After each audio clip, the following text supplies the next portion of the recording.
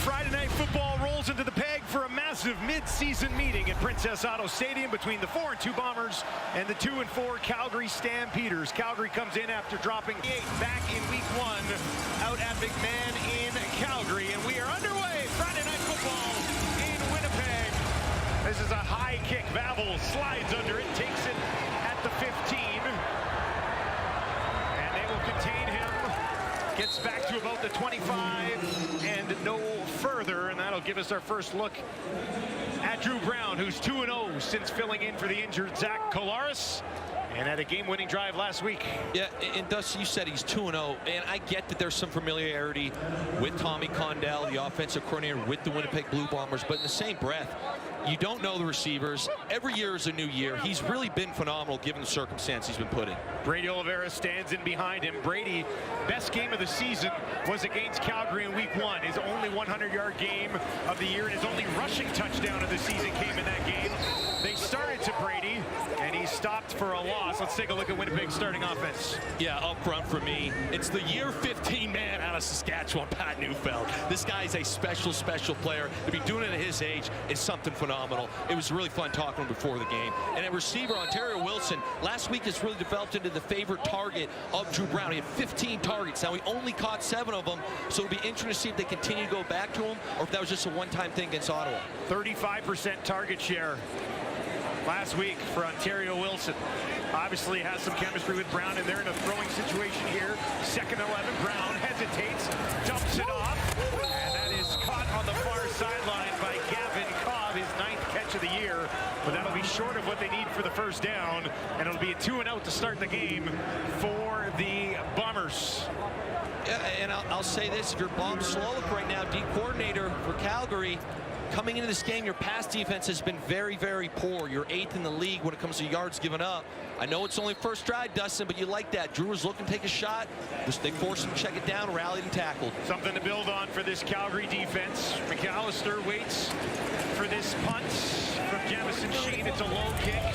Spins in there. McAllister will take it at the 30, and now he's going to kick it to the near sideline. Has a little bit of room. Will find the 50 before he's pushed out of bounds by Wilson, and that will bring out Vernon Adams Jr. Excellent start to the season despite just the 2 victories. He'll tell you he'll take 6 of those. Who cares about the TD to INT ratio? But 17 touchdowns and no interceptions, pretty impressive. Yeah, those numbers are very impressive to say the least. One of the emphasis he has for this game is starting fast. They've been behind a lot of games, and he's had to kind of pull out a lot of magic late to get him back in. So his big emphasis, he said this week, is getting these early drives going to get points. Calgary has trailed at the end of the first quarter in all 4 of their losses. VA, quick hitter, and that's going to go for a first down. A little bit more to Philpott. He'll take it down inside the 35. And a big play early in this one for Jalen Philpott. Yeah, and you're just going to see here, it's just a little hitch route, but what happens is you're so tight in on trying to stop the run. You see the run action that everyone's flying in there, and all of a sudden you make one man miss, and it's an explosive play, easy pitch and catch. So as much as it's a great job by the receiver and the quarterback, just the mere presence of Dietrich Mills there is a big factor in that play. Philpott has had 30-yard plays in 3 straight games. This one goes for 28. Now to the other side to Brooks. Breaks a tackle, takes it down inside the 20. Let's take a breather here and give you a look at Calgary's starting offense.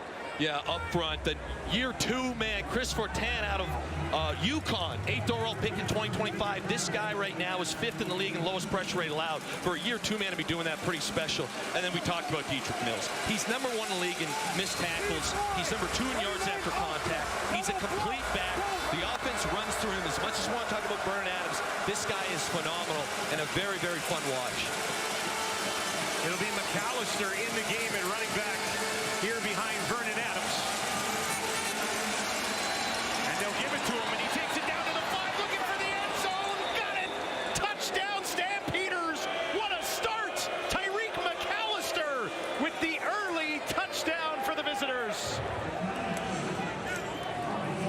This is a pretty special job here, and I want to talk about aiming point. So what you're going to see is we actually missed this block here, but because of the aiming point, as we watch this, watch McAllister, he stays on his track, and all of a sudden, there's the miss, and he takes one cut and we're up the field. So we talk about aiming point as a running back. That's the key right there, where it's, okay, even if backside we miss, we can beat this by staying on our track. What a great job by the backup running back, McAllister. What a start. Tammy puts it up and through. And it's of 28 yards to Phil Bott, 14 yards to Eric Brooks. And Vernon Adams, who's 7-4 in his career against Winnipeg. A nice start. Babel. Flag is thrown as he sort of lunges back ahead, close to the 25-yard line. And here's a look at what Drew Brown was able to accomplish last week. Yeah, I'll say this, Dustin. One of the things that really impresses me watching film on Drew Brown, and right now his completion percentage under pressure Winnipeg number 96 is first in the league. 10-yard penalty. So he's able to make a lot of plays. He's very comfortable being back there. It's at 75% under pressure here. Like, for the short amount of time he's had in the building this year, he's really done a tremendous job. Over his career, he's had success against the Calgary Stampeders. He's 4-0 in 4 career starts against the Stamps. There was a hold on the return, and that backs the Bombers up to their own 10-yard line. They'll start the drive in the belly of Brady Oliveira, and he's going to rumble ahead to about the 15. Let's take a look at Calgary's starting defense. Yeah, up front they got some absolute units, but I'm going to focus in on Clarence Hicks here out of UTSA. He's got 28 quarterback pressures, #1 in the league, and his pressure rate is also #1 in the league. And then Markel Lee, this guy was actually a former teammate of mine in camp. He's out of Wake Forest. He's 3rd in the league in tackling efficiency. He's done a great job at MAC. And then right here, this is the unit needs to get better. And I'll highlight Anthony Johnson because he's 3rd in the year in completion percentage allowed, but this unit has struggled this year. Look to see them hopefully take a step in the right direction. 2nd and 4. Brown gets that one away. Incomplete. Looking in the direction of Wilson, who was working against Webb, but that ball drops about 5 feet short in front of Ontario Wilson. And it's a tough 2-0 for Drew Brown in this offense. Not the start you wanted, but that being said, it does seem like this offense gets better as the game goes here. But on the flip side, what a dream start right now, Dustin, for Calgary. So you get 2 2-and-outs. Yes. And then you have a 3-play drive that only takes 91 seconds. And you have a 7-0 lead on the road. It's ideal start for the Stampeders. McAllister's backed up on this one. Takes it just inside the 35. Found a little bit of space. A spin move up to the 45. If he gets that 18th, that's him in the history books. And when speaking with him about this milestone, you know, he said he obviously wanted to acknowledge how cool it was. But what really stood out to me was after acknowledging that, he immediately said, I'd rather have 17 interceptions and 0 touchdowns if that meant that the team was 6-0. His head coach, Dave Dickinson, says what he's seen from Adams Jr. is just a lot of maturity, better decision-making, and just more comfortability, which has helped this Calgary offense reach the level it has so early in the season, guys. All right, looks comfortable so far tonight. Another completion to Brooks. And I know it's not easy, Luke, but VA's making it look kind of easy early in this one. Yeah, Dustin, you said another completion in a big chunk. He's got 3 completions that have all but 5-yard hitches. And I'm not saying, obviously, you don't abandon your game plan if you're Winnipeg, but if you're going to sit here and give this to this offense and Vernon Adams all game, they will take it.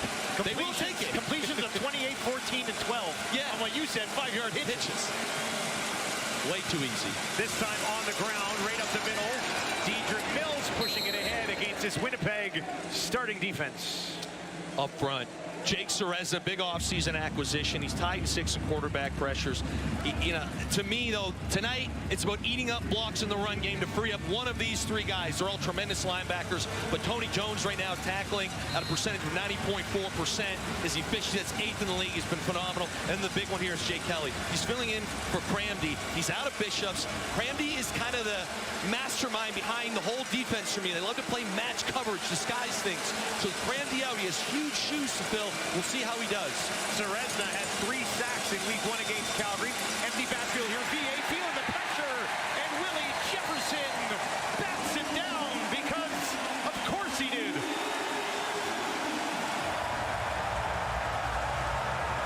Dustin, when you see this and you watch Vern Adams look left. We talk about disguising coverages, so he gets tricked out, and then you see Willie Jefferson here. So as we roll this, you're going to see the head go left. He thinks he's got a quick throw. Oh, no, it's not there. I got fooled. And when you have a rusher like Willie Jefferson and you get fooled, it generally does not work out well for you because he's right in your face. Fourth knockdown of the year for Willie to go along with 4 sacks. And Calgary will be forced to punt. Bassett stands around the 50. Not sure they got that ball snapped in time, though. Time count violation. Calgary number 15. 5-yard penalty. Remains third down. They'll back him up 5 and kick it now. Yeah, and Dustin, I'll say this. You're going to hear me call this coverage out a lot, but one of the things when you talk about this defense that Jordan Younger operates for Winnipeg, it's about pre-snap disguises. So more so than anyone in the league, they like to play man's coverage, and you do a lot with that. And when you can fool the quarterback pre-snap, great things happen. Bassett drops it just inside the 10, and that will roll into the end zone. And the Bombers will take... House of the Dragon guy? No, but I wanted to be a dragon as a child. Flying, breathing fire. Does sound like a nice line. I do, actually, I do love those shows. Yeah. Yeah. All right, here's Drew Brown. There's Wilson.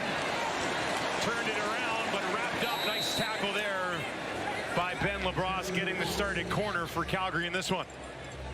Yeah, this is a nice job to kind of keep this in second and manageable here. Again, I call this a shin route. It's a short in. I don't call it a slant because you come very flat. You get that soft coverage. You kind of just back the defense up a little bit and, you know, kind of nickel and dime them. And eventually you can work a double move off that if you feel like they're getting a little nosy. Drew Brown's 3 of 4 to start the game. Just 12 yards. Calgary's defense holding him in check so far. That's Hutchins getting in there. Well, it's Brown, rather, getting in there a little bit late. A completion, this one for the first time tonight to Tim White, and that's a first down for Winnipeg. He struggled a little bit in the first couple drives, but what's been unique about these first 2 plays here, Dustin, has been the empty shell. You look, Brady Oliveira is in the game, but they've got him kind of flexed out as a receiver the last 2 plays, and maybe something that they're going to try and focus in on and spread out the Stampeders the rest of the game. Offensive coordinator Tommy Condell, after a couple of 2-and-outs, trying to ignite this offense a little bit. Moving Brady around. Right now he'll stand right in behind Drew Brown. Stays in the block. Brown with time.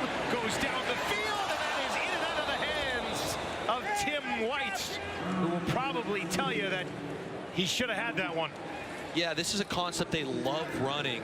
They do an inside clear out, and it's really cool here because they bring in an extra offensive lineman. So you bring in an extra offensive lineman, and then what happens is you have a clear out here, and then you just basically come, I say a gin concept. So you have a go, that's the G, and the IN is an in. So you see the inside go, boom, and then we come right underneath with the in route. It's one of, I think, Drew Brown's favorite plays. He did it a lot last week against Ottawa, and like I said, ball just placed a little bit easier. 2nd and 10, Browns in trouble, and Calgary just bullies their way through that offensive line. This is my guy right here. I don't know him, Dustin, but every time I watch him on film, he's an absolute game wrecker. Okay, and again, we're just working one-on-one. Here he is right here, and I just want to see the effort, the leverage. He fires out the ball, boom. Okay, uses hands, keeps going, little rip move, and we're there. I watch the film, and I think to myself, you know, Jalen Hutchings, when he's playing and he's rolling, he's unstoppable in this league. Jamison Sheen kicking it away from McAllister. That'll drop at the 20, spins right back. McAllister waits, now he'll take it. And he is pushed out of bounds just outside the 20. 3rd sack of the season for Jalen. So he does everything. He's a great runner. He breaks tackles. He's explosive. He catches the ball. Really a special player. He's averaging 6.2 yards per carry. They will give it to him there. Pushes it back towards the line of scrimmage. And here's what he's doing this year. His pace versus what he did last year, which was the best year of his career. Yeah, and I'll add, you know, to me, when you're talking about pro football, when opponents' coaches talk about you with like, hey, this guy's really impressive. Talking to Mike O'Shea this week, he said, hey, first off, this offensive line has jumped out, talking about Calgary's offensive line. They've done a great job. But secondly, he said, we had a hard time tackling Mills in that early match that they had. So that was a point of emphasis for this defense. That one incomplete, looking for Brooks for a third time in this game, but it falls incomplete. And Calgary, who was in a 2nd and 9 situation, will be forced to punt it away. That's a bit of a strange one here. I don't know if they were just on different pages. It's not a complex route. They've run this a few times. You see Brooks, and obviously wanting like back, but you'd also, I think, looked like he was expecting that ball to kind of be in his chest. Again, just one of those things where the timing, chemistry, rhythm just didn't show up for them. Good field position moves. This is a bit of a shorter kick. Spirals up and flies out of bounds at the Calgary 54. And that is a miss from Bassett.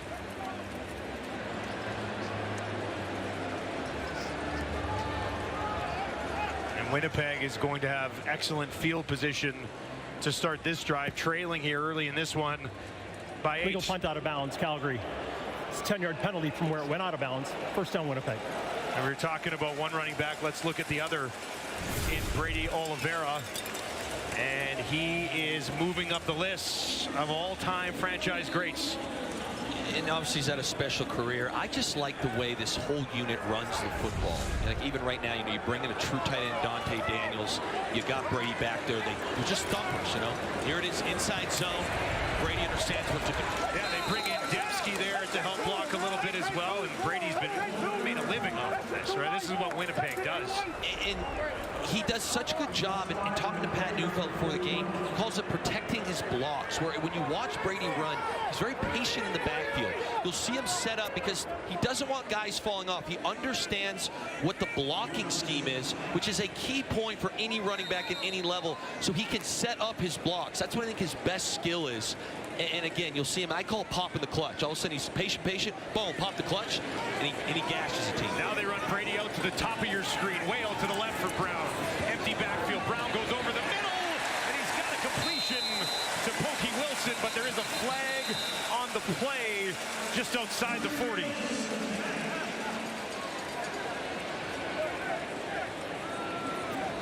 This one looks like it's coming back against the Bombers.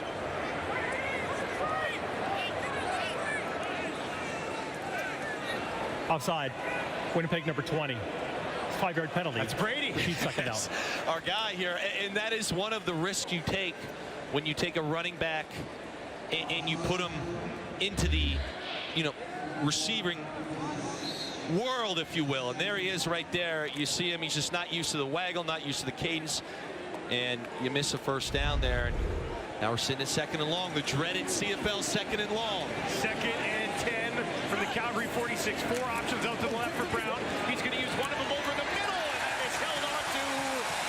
It is Nick Dembski, and there's a flag in the secondary as well. This is against Calgary, I believe. That'll be a first down, Winnipeg. Yeah, and going into this game, Dembski's 10th in the league in contested catches, and this is another one right here. So you're going to see him here.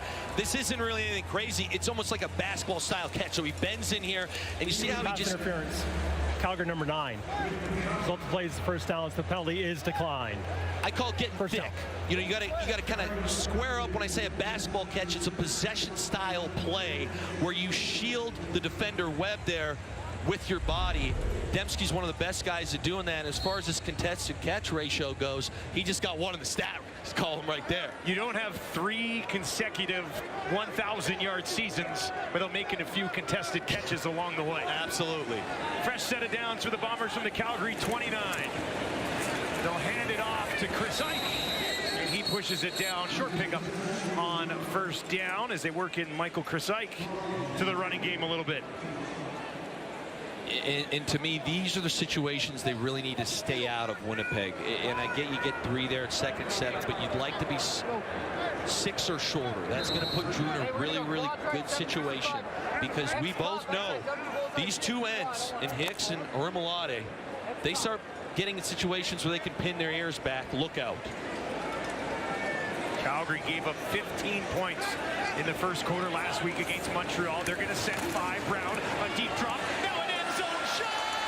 Intercepted!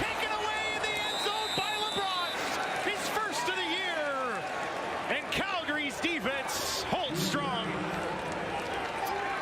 Dustin, this is one Drew's going to want back. He had it. You got the route. You got the play call. You just underthrew it. It's a great job coming back to make a play there by LaBrosse, but when you watch this here on the left side of your screen, it's what I call a skinny post, and you saw Ontario Wilson win there. The ball's just thrown behind him. And watch this route detail. So just kind of a little angle outside. There's the separation you need. You got to throw that ball in front of him. Just a play Drew Brown's going to want back. You can tell Wilson had to pump the brakes, right? He slowed it down a little bit. Yes. And in fairness, you're going to get plays like that when you've only been here for a few weeks this season. Second interception of the season thrown by Brown. Back on the ground goes Calgary. And Dedrick Mills runs right in to Wilson after picking up 2 or 3 yards on first down. Let's give you another look at LaBrosse's interception.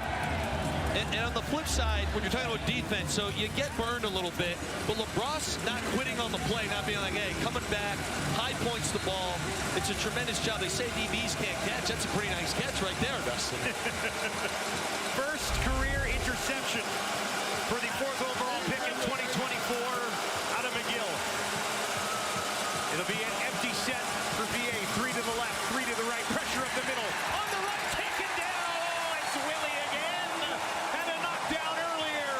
And he's got his 5th sack of the season. Willie's heating up. Willie's heating up. And once again, you see Adams look right. He pumps. He got full pre-snap. And Willie Jefferson does the rest. So here he is.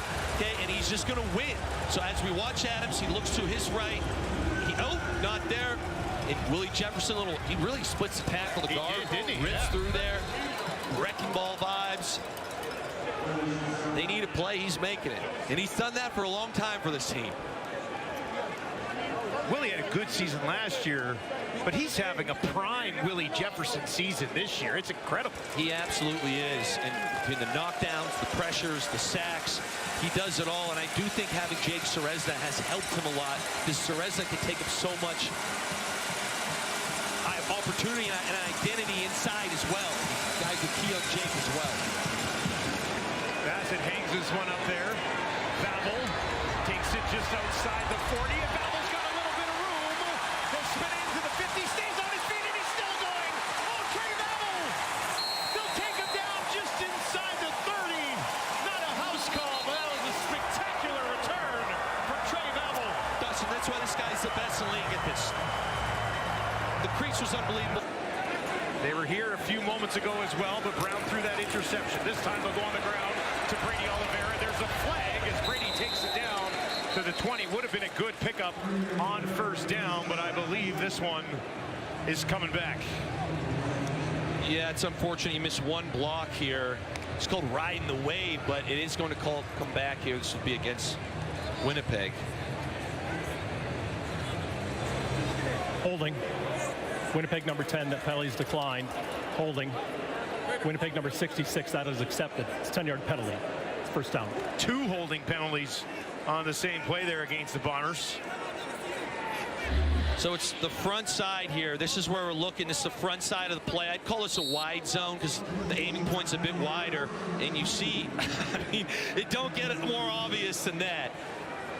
Hicks sets the edge, and we reach, grab around, and that's how you get a penalty. Here's Brown, pressure, throws it up. Dembski one-hands it. Now Dembski finds a little bit of space. Takes it down inside the 20. Makes a move at the 10. Rolling to the 5, and he's in. Touchdown, Bombers! How about that one? Dembski would not be denied.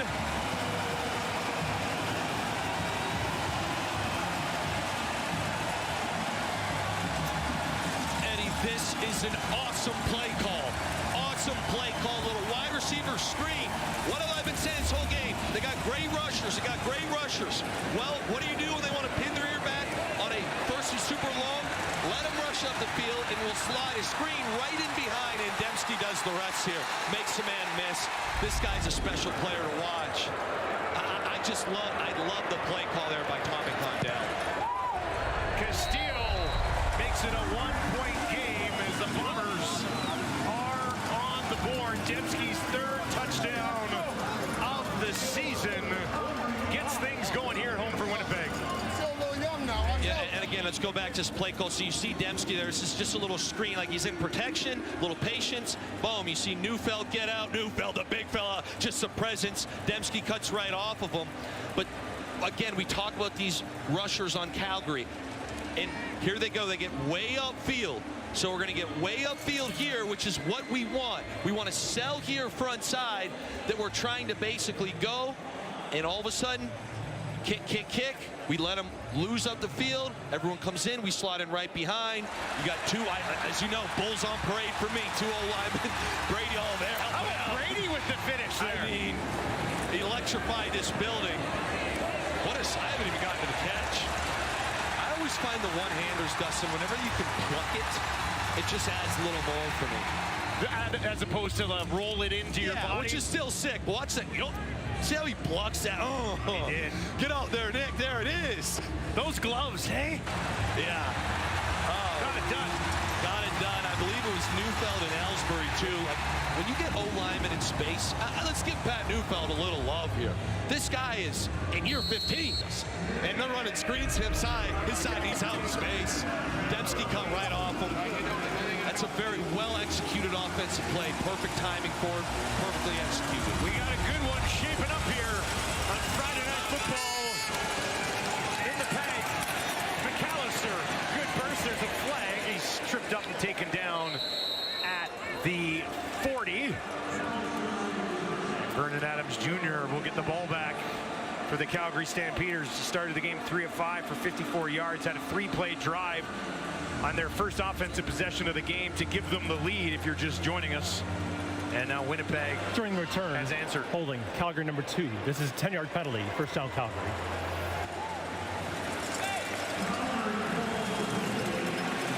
Kyle Wilson, the guilty party on special teams, and that'll back Calgary up inside their own 15.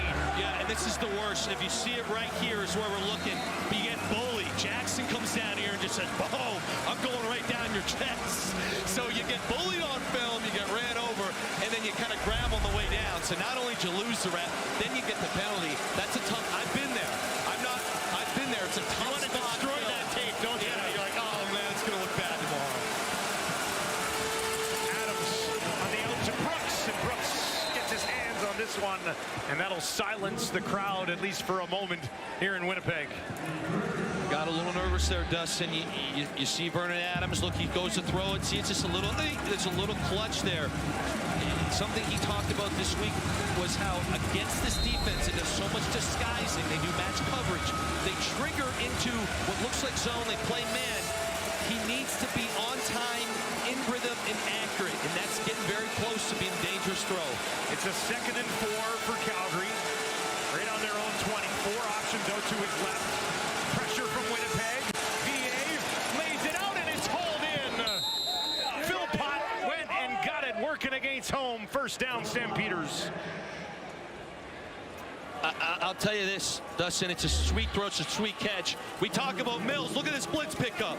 You want to know how this happens? Okay, best run in the league, boom. I mean, it don't get much better than that. That's not exactly how you draw it up. And then you look at the other side of this thing, just a very good, I call this a sail route or a sprayed out. You just go with speed. It's a speed cut, you roll it. And just like that, we're pushing it almost to the midfield territory right now for Calgary. No work from their own 39. 3 options out to the right for VA. Looks to his left. Throws to his left. It's a high ball, but it's hauled in by Tevin Jones. And he's just short of another Calgary first down. Had just 1 catch last week, but he's got one here tonight. Yeah, I really like that. Vernon Adams went right after this and said, hey, great job, because this is not the most accurate throw. It's exactly what they want to do, but he hangs on to it, eats a big hit. We got a ball game developing in Winnipeg right now. Major Williams with the finish on Tevin Jones. 2nd and inches, and Quincy Vaughn easily pushes that ahead just outside the 50. First down for Calgary as they look to respond after giving up that Dembski touchdown. I'll say this, just kind of the overarching picture of the West right now too, Dustin. If you're Winnipeg, you know that Calgary has a lot of talent. They've been in all of their losses. If you can find a way to win this one today, you can, I don't want to say ruin the season, but it's certainly a very big hole to get out of in the tough division with the West is. I know it's only week 8, But this is a massive game. If Winnipeg wins this, they take the season series with Calgary. They'd be 6 points up on them. They'll hand it off to Mills, a little bit of a hesitation, and then he pushes ahead for positive yards on first down. Bombers taking that first game between the two teams by just a couple of points. So not even to the middle point of the season yet. But it's a huge game for Calgary. Implications, you said it. This is a season-defining game, in my opinion.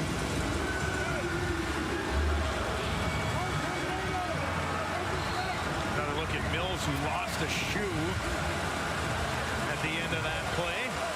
That's one thing, I don't know how you lose the shoe. Maybe some people like the shoes lightly tied. I'm a big-time tight shoe guy. Me too. Here's Adams down the field, wide open. Oh my goodness! It's McAllister again, and he's gone. Touchdown, Calgary! A silencer here at Princess Auto Stadium, and McAllister's got 2 touchdowns tonight. VA 18 to start the season without an interception. Dustin, I want you to look at McAllister. He's in the backfield, and it's a busted coverage, so that's where he starts, and they kind of hide him. So, again, when we talk about match coverage, sometimes what that leaves you vulnerable, and I say matches, you have to figure out after the play who has who. And clearly there, coming out of the backfield, confuse the defense of Winnipeg, and you leave an uncovered man right down the middle of the field. If you're a Bombers fan, that'll make you sick.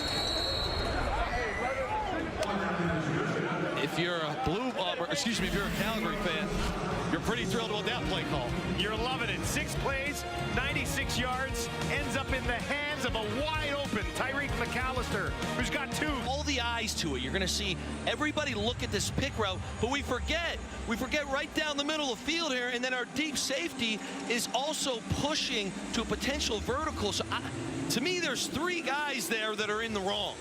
And I don't know if that's a miscommunication thing pre-snap. There's 3 guys that have the opportunity to cover that, and they all just completely drop it. That's one that, when you fire up on film, a lot of questions being asked in that room. Here goes Valvo. He's got a little bit of space, cuts it inside, and they'll wrap him up again. I always enjoy coming to Winnipeg. Going to the rum hut during a game is one of my lifelong goals. Got to be here when I'm not working, though. Now they'll hand it off to Brady Oliveira, and he's hammered down. Charles Wiley got all of them on that one. Good look at a pretty packed house here at Princess Auto Stadium. Tarps are still on for now, but by the end of this game, I have a feeling there'll at least be one section where the shirts are off.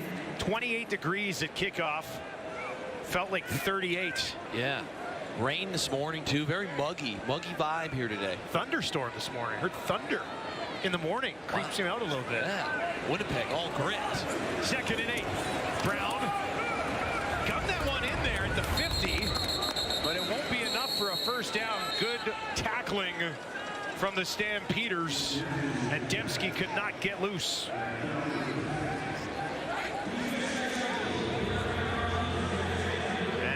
Going to bring Castillo out for a 57-yard field goal attempt.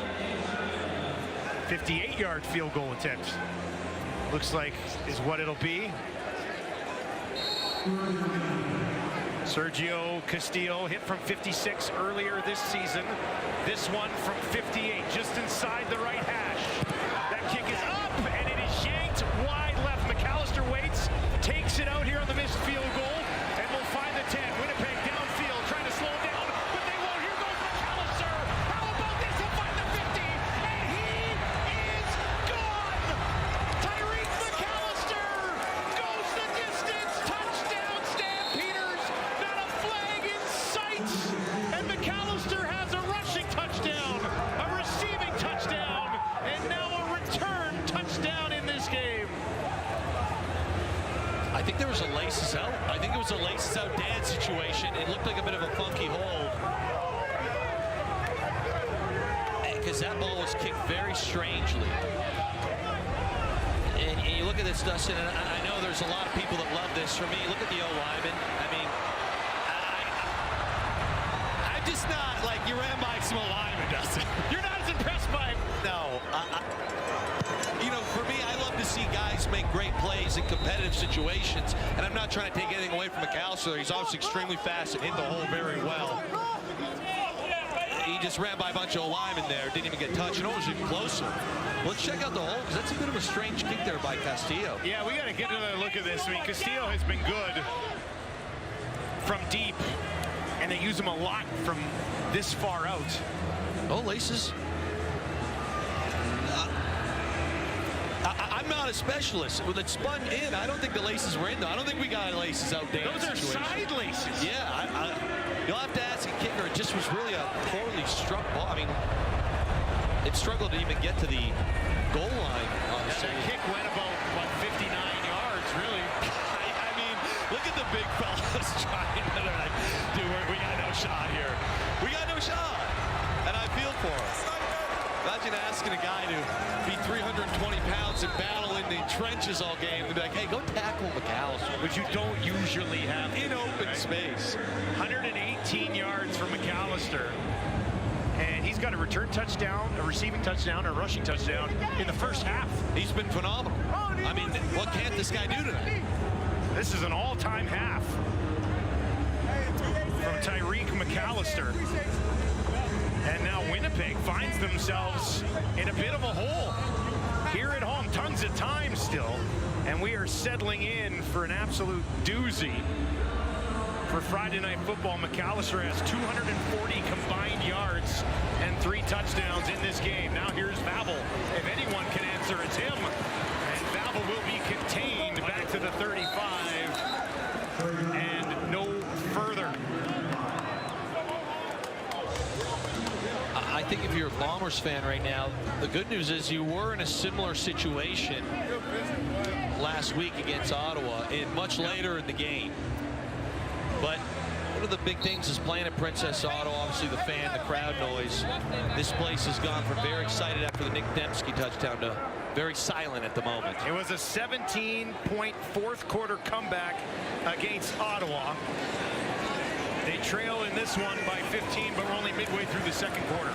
Brown had enough on that to find Pokey Wilson, and he'll be marked just short as he came back to that ball, just short of a Winnipeg first down.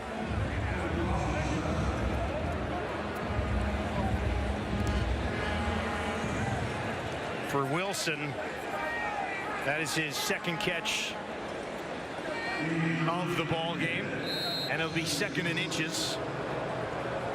Bryce Perkins will come into the game, and Perkins doesn't need much, bobbles it, picks it up, and then still has enough. The offensive line had moved everybody to the point where he could pick up the bobble, and it's an easy first down. That'll scare you a little bit. You know, you start getting into these short yard situations, you fumble the operation, and you're Tommy Condell, obviously you have trust in it, but it makes your stomach turn a little bit. A little nervous. Got the job done, wasn't pretty, but Drew Brown will come back out, and Winnipeg really needs some sort of response here with 6.5 to go in the second.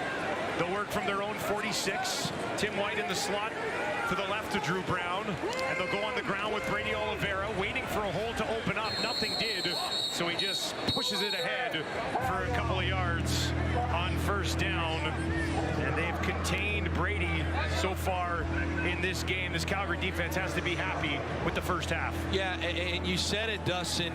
This Calgary defense has truly been phenomenal, and Bob Slowick deserves a lot of credit for how this game started. The only play was on a great return where they had great field position. The Bombers, and they hit that screen play. Outside of that, they have struggled to move the football through the air or on the ground. Empty for Brown this time, 4 receivers, so to his wide side left. Calgary will just send 3, and Brown finds Dembski in a soft spot of that defense, and he's got enough for a Winnipeg first down. When you watch Nick Dembski play football, it's just the toughness and the grit. Like the touchdown earlier, you see the determination to get in. Even here, I know it's a simple play here. It's a 5-yard hitch, but the finish, this jumps out to me. Puts the shoulder down, drives the feet, get a couple extra yards. That's why he's been so great. You just build around guys like that. In a moment where you need a play, he's the guy who's going to make that play for you. Drive continues for Winnipeg. Brown's 9 of 4 for 94 yards, or 9 of 12 for 94 yards. He's got a ton of time here, and he's got another first down as he gets it into the waiting hands of Gavin Cobb. Cobb's second catch of the ball game that puts Drew Brown over 100 yards here in the first half. Yeah, this is a really nice job here. You're going to see Cobb coming up here. He's trailing, and then he basically sits. He finds a void in the zone. So there he goes. You're going to see this very soft zone. And we sit it down, kind of angled towards the corner, and we come back to the football, protect the throw. If you're going to play that soft zone coverage, and you can protect up front, which Winnipeg did a great job there, there's a lot of voids to be taken advantage of. First and 10 from the Stamp 40. Brown, Wilson. They had some blocking set up for him, broke one tackle, and puts him in a second and very manageable. Little tunnel screen here, and again, I like the offensive line when they get out going. Little bulls on parade action. So you see Drew just come back. When I say tunnel screen receiver, you see Neufeld there, Ellsbury. The big fellows are out wide. Asking him to block some DBs. Second and 4. Orimolade and 3 other Stampeders on that defensive line. They'll give it to Brady, who pushes it ahead, and a first down on the ground in this second and 4 situation. And Winnipeg marches on. Again, talking to Pat Neufeld for the game. He talked inside zone as the foundation of their run game, and here it is right there. We talked, there's a little stutter, makes a man miss, gets that first down. If they want to get back in this game, to me right now, the best way is to continue to chew up yards with Brady. You know, he's a bell cow to me. Run that ball inside, keep everything in second and manageable, or convert on second and short. He's got 5 carries so far in the game. This time they'll flip it to Tim White. Can he find a little bit of room? A little bit, not much. He'll get maybe 3 yards on his first carry of the game.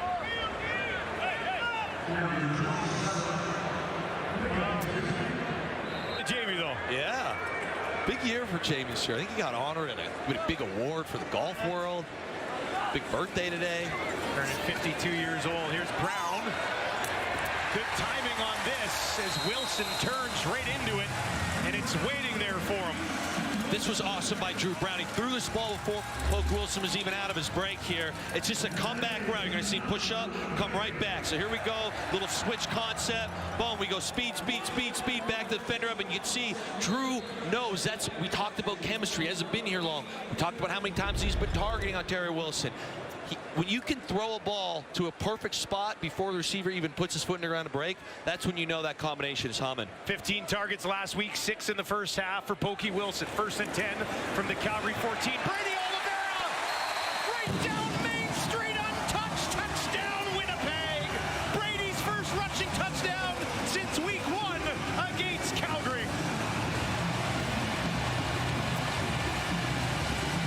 Dustin, so Calgary brings the house, and you're going to see it, and it creates what I like to call a one-level defense. So we get a one-level defense. All you got to do is wash everybody one way, and Brady will do the rest. So here we go. They all wash to the right. Brady just rides that wave. When you have that, again, when you start bringing blitzes like that, that is the one issue.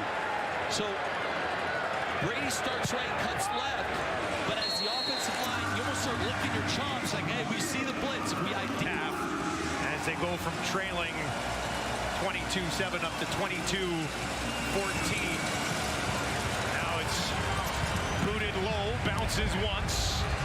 McAllister, true triple threat tonight, picks it up and takes it back just outside the 25. It's another great battle between O'Shea and Dickinson, always on the field and off the field as well. Let's send it down to Danielle Bain. Thanks, Dustin. Yes, both of these head coaches are the longest-standing head coaches in them to battle it out in the West. And if you look at their regular season head-to-head as head coaches, it shows you just how close this friendly rivalry is, with O'Shea currently up 13-11, guys. I think what O'Shea really needed was bigger shoulder pads. Hey, that's that old school ball right there. I like that.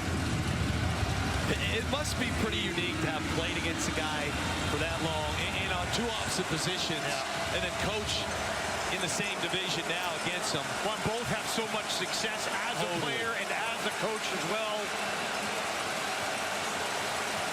Second and 7 Adams has a completion, and that'll go for a first down. Clark Barnes for the first time in the game, and he'll move the sticks for Calgary. It's been a bit of a weird half for Winnipeg's defense because they've only given up 15 points on defense. Like, it has not been bad, but some of these plays, like Barnes there, again, just sitting there on a 5-yard hitch, and you're getting cash for, substantial yardage. VA's got 8 completions. I think 4 of them have basically been the exact same play. Yeah. And they've all gone for much more. Well, they've all gone for first down. That's what they have right now from their own 41. This time it'll be ground attack. Dedrick Mills pushing it ahead. And he'll get at least 5, maybe 6 on that first down rumble. Dustin, these drives right now with the time left on the clock, remember, Winnipeg won the toss and elected to take the ball. So if you're an offensive guy in this huddle right now, you got to say, hey, let's have a nice sustained drive and end with points.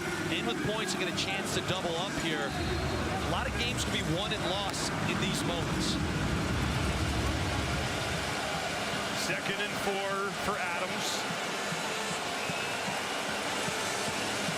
8 of 10 for 158 and a touchdown. And another quick pass, this time to Philpott, and that goes for a first down again. So you're going to look at this here, just an RPO action. So you see Vernon Adams is going to put the ball kind of in Mills' stomach, and there's a little flat here to Philpott. We pull it right away. You're reading the Sam linebacker. If he bites in, you throw it. Now out to Brooks, and he is taken down by Major Williams immediately. Dustin, watch Major Williams here. Here he is. He comes flying in, defeats the block, and makes the play. Get out of my way. You want a little spark there, stop this drive, or at least put him in 2nd and long. On paper, Calgary has that thing blocked up well as far as X's go, but Major Williams says not so fast. Watch this. Stampeders would need a little bit more for field goal range here. Ball on the Winnipeg 50. 2nd and 10. Adams, Brooks. And that won't be enough for the first down, but it will be enough for a field goal attempt, I would think. And you got to tip your cap to Major Williams here. First up, coming into this game, his completion percentage allowed is number 2 in the CFL. So he's a tremendous cover guy. He makes a great play on first down and then flies downhill to keep this field goal long-ish on 2nd down. What a nice series there by Major Williams. McAtamney, 90% on the year. Hit from 57 earlier in the campaign. This one will be from 51, just inside the left hash. That is right down the middle. A no-doubter for the Stampeders.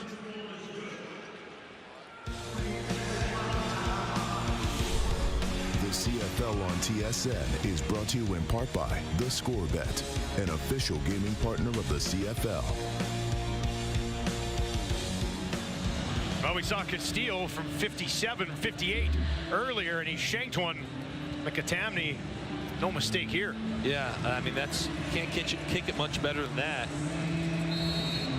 It's really a difference in this game right now is that field goal and the ensuing touchdown that came from it. The missed field goal by His field goal, big swing in this one for sure. Drew Brown gets it back, 48 seconds to work with. He'll give it to Brady Oliveira, breaks one tackle, now a second, and he rumbles ahead. There's a flag on the play in the secondary. That's a big pickup for Brady Oliveira, but what's the penalty?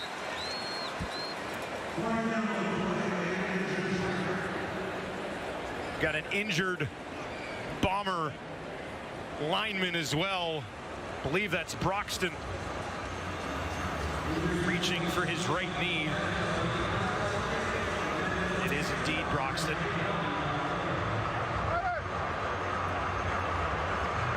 The officials, a quick discussion just outside the Winnipeg 45.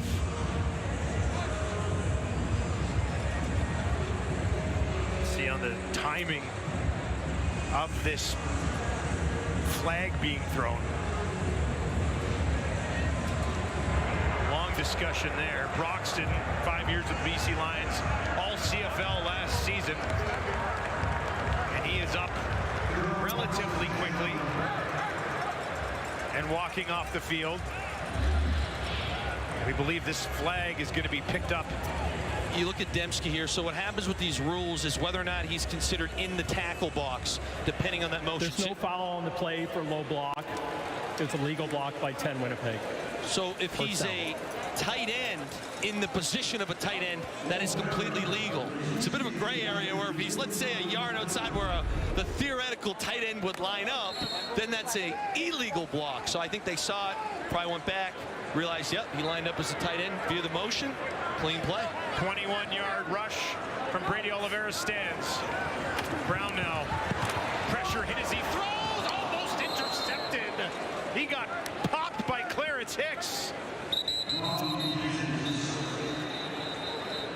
Injured Stampeder back by the Calgary 30. Up, grabbing his helmet now. Zy Alexander. And what's tough here is with Bruxton going down, you bump Wallace out to right tackle. So you see Flo come on the one side and basically force Drew Brown up and into a massive, I mean, you could hear that one up here.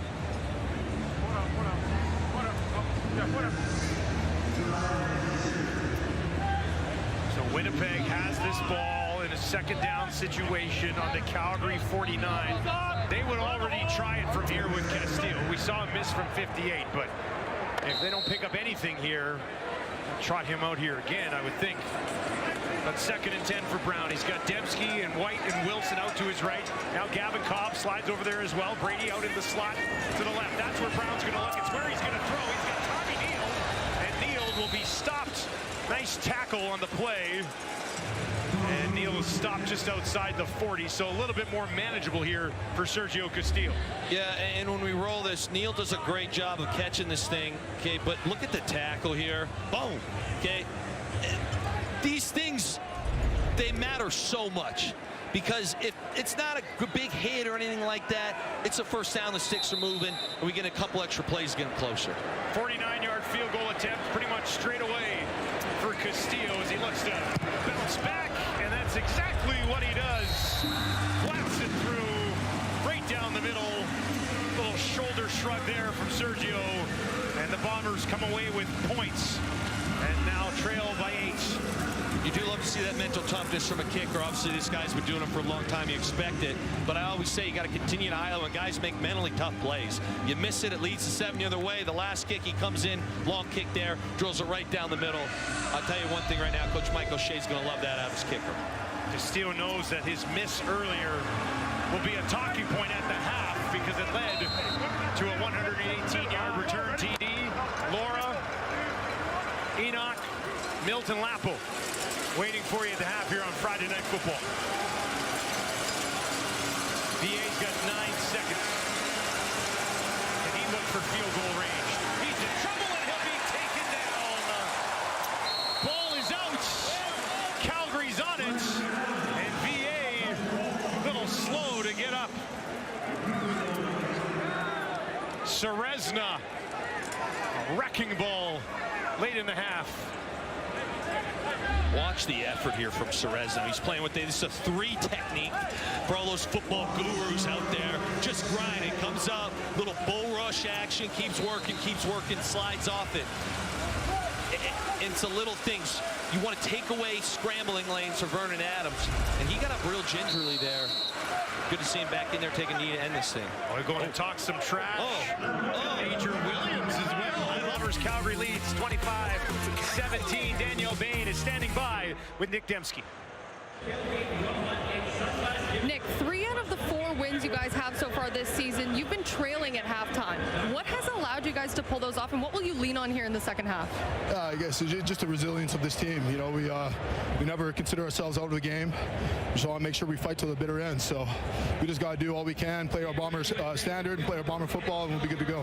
Some of the guys that may not get as much love sometimes, the O-lineman, Patty Neufeld, a great play on your touchdown. What has he brought to the team this season and continues to do so year after year? Yeah, leadership, physicality, and he's a vet. You know, he knows what he's doing out there. There's probably not a look he hasn't seen. So, yeah, them boys did a great job opening that thing up on my touchdown, so I owe it all to them.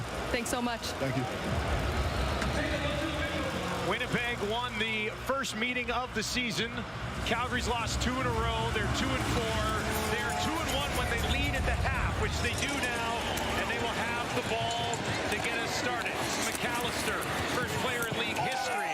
Oh, and a big hit to start the half, and a flag does come out. McAllister, the first player in league history in the first half to have a rushing touchdown, a receiving touchdown, and a return touchdown. And he takes a big pop on that one. Yeah, that's it. This drives me nuts. I just don't get it. You know, it's a good return here by McAllister. We started to have, you give him a free 15 yards.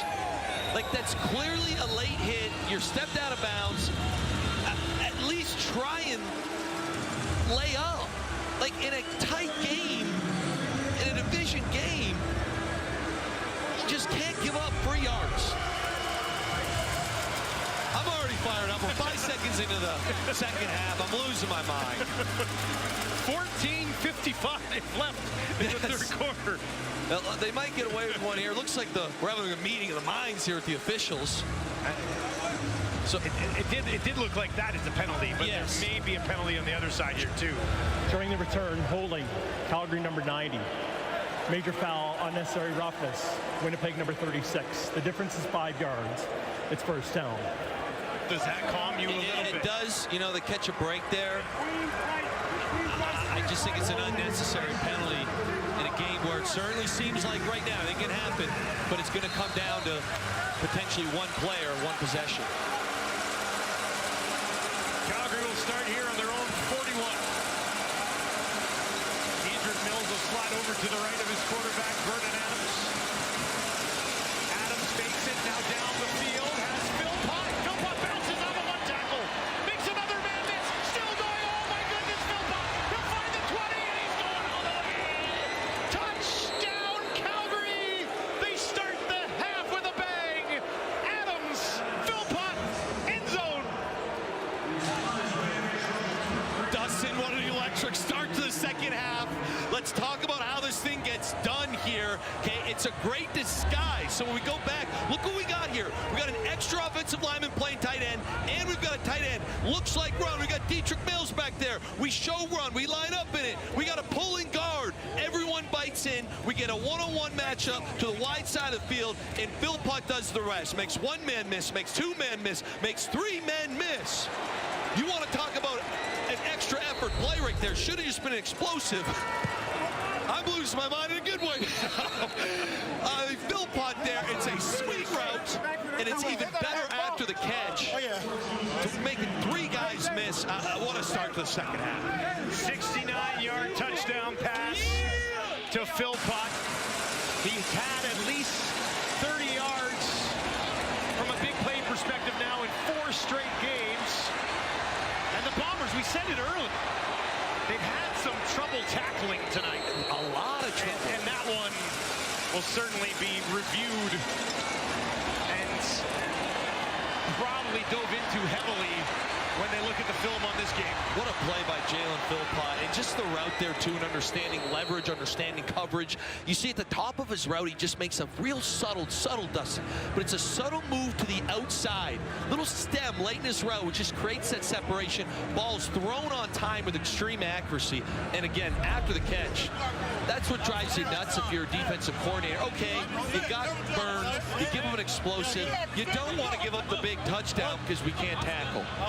His brother putting on a show out east. And Jalen having an excellent season as well. He's got 4 catches for 128 yards and a touchdown tonight. That puts him over 500 yards on the season already. What a play. And now the Bombers have to settle in themselves. Babel has to hustle to get to this. Grabs it just inside the 25. And he will get wrapped up short of the 40. Drew Brown heads out onto the field, trailing now by 15. Here's a look at Drew in the first. Yeah, it's a very solid first half, you know. Dembski had some nice plays. Ontario Wilson, him connected. The one he wants back is right there. But all in all, again, you can't ask this guy to come in the beginning third of the season with no training camp and just start shredding teams in this league. So I think he's played pretty solid, but they're going to need him here to play even better because down 2 possessions, Vernon Adams starting to heat up. 13-17 for 136 yards, and they'll dump it off to big tight end Dante Daniels, and he's close to a first down. Looks like he's going to be marked a couple yards short. Dustin, I love this play here. So what they do here is they line Dante on this. As an ex-tight end, this is my favorite. Okay, so you line him up and it's a little run action. So here he is here. He's going to sell block first. And you basically wait to trigger. So here we go. He's going to sell block, boom. And you see Hicks trigger, and he just goes, oh, look, it's basically a tight end screen. It's a play they like to kind of get going, use here and there. And what that can also do is slow down the defensive line in the run game. 8 yards to Daniels, 2nd and 2. Perkins in short yardage, reaching ahead, and that looks like it'll be enough for a first down. A little trivia for you here, Dustin. Where did Dante Daniels grow up? Windsor, Ontario. Oh my goodness. Who would have thought? A great tight end out of Windsor. So Who would have thought? Really like this guy. Absolutely. And, you know, talking to Patty Neufeld this week, I did ask, how's Dante doing? He's a youngster. And he just said he loves the intensity he blocks with. And when you have a 15-year vet talking about a rookie and he's saying things like that, that says something. You know, those Windsor guys got a little grit to them. Now they'll toss it ahead to Dembski. And that one is wrapped up. Anthony Johnson. Big for a corner, 6'2", 220. And he steps up and makes the tackle there. Yeah, and you said Anthony Johnson. Great coverage this year. As we talked about earlier, he's 3rd in the league in completion percentage allowed.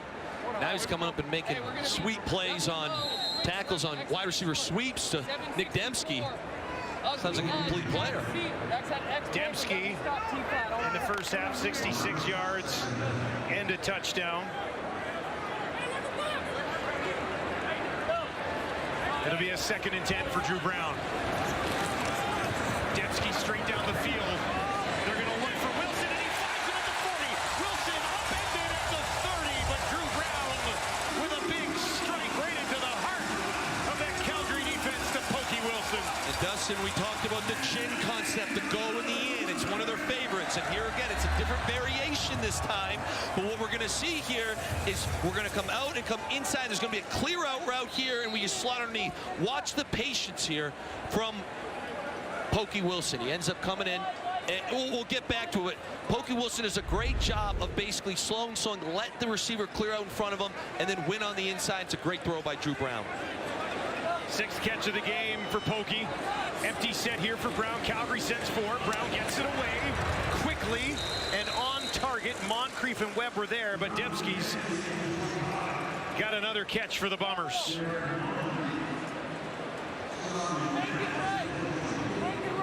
These are when sometimes I wish I could just get into the, and you can see Drew Brown right now, he's asking the play calling, but get into the head of a play caller.